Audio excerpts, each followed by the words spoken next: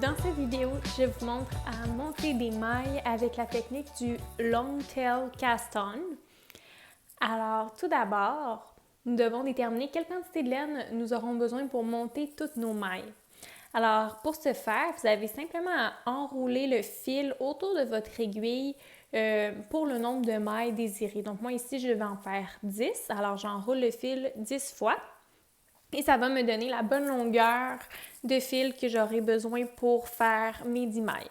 Alors, si par exemple, vous devez monter 80 mailles, vous pouvez prendre cette longueur-là et faire la faire 8 fois, la multiplier 8 fois pour connaître la longueur que vous aurez besoin.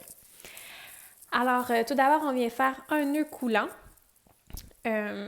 Pour connaître la technique du nœud coulant plus en détail, vous pouvez aller voir la vidéo comment monter des mailles simplement. Puis, on vient placer le nœud coulant sur notre aiguille en s'assurant que le bout du fil lousse est vers soi et la balle de laine vers l'arrière. Alors, on insère le nœud dans l'aiguille et on s'assure que le fil qui est lié à la balle de laine est à l'arrière.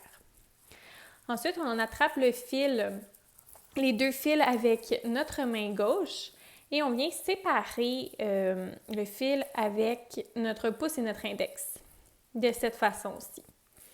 Alors, on tient avec les autres doigts les deux fils, pardon, et on sépare avec pouce et index. Et on vient tourner la main vers soi pour avoir la paume de la main vers soi. Et on passe l'aiguille sous le fil qui passe devant le pouce, puis par-dessus et dessous le fil qui est devant l'index. Et on vient tirer sur les deux fils pour serrer la maille. Alors, on refait ça. On attrape le fil, les deux fils, on sépare avec pouce et index, on tourne vers soi et on passe l'aiguille sous le fil qui est devant le pouce, puis par-dessus, oups! Alors, c'est pas grave, on se rattrape.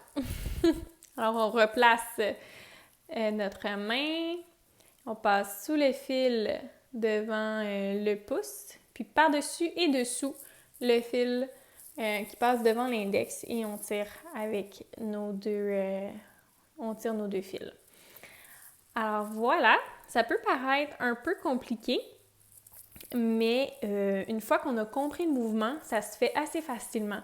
Alors, c'est juste de comprendre vraiment quel mouvement on doit faire et comment on positionne tout ça dans nos mains. Puis une fois que ça s'est bien intégré, nos mailles se montent assez facilement. Alors, vous pouvez réécouter les vidéos plusieurs fois afin de bien intégrer la technique. Alors, on vient monter comme ça le nombre de mailles dont on a besoin.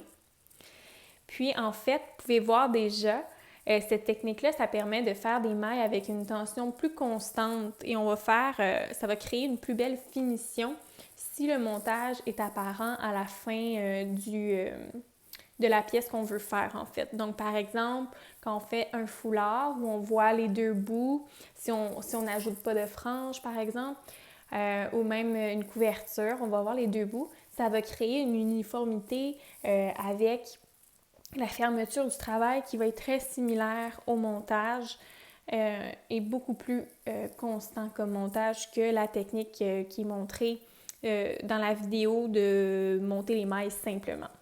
Alors, vous pouvez voir le bout de fil qui me reste.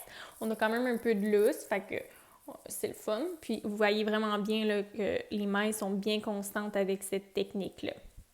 Alors voilà, vous avez qu'à réviser la vidéo pour vraiment bien assimiler, mais c'est une technique super le fun à connaître et qui donne de très beaux résultats.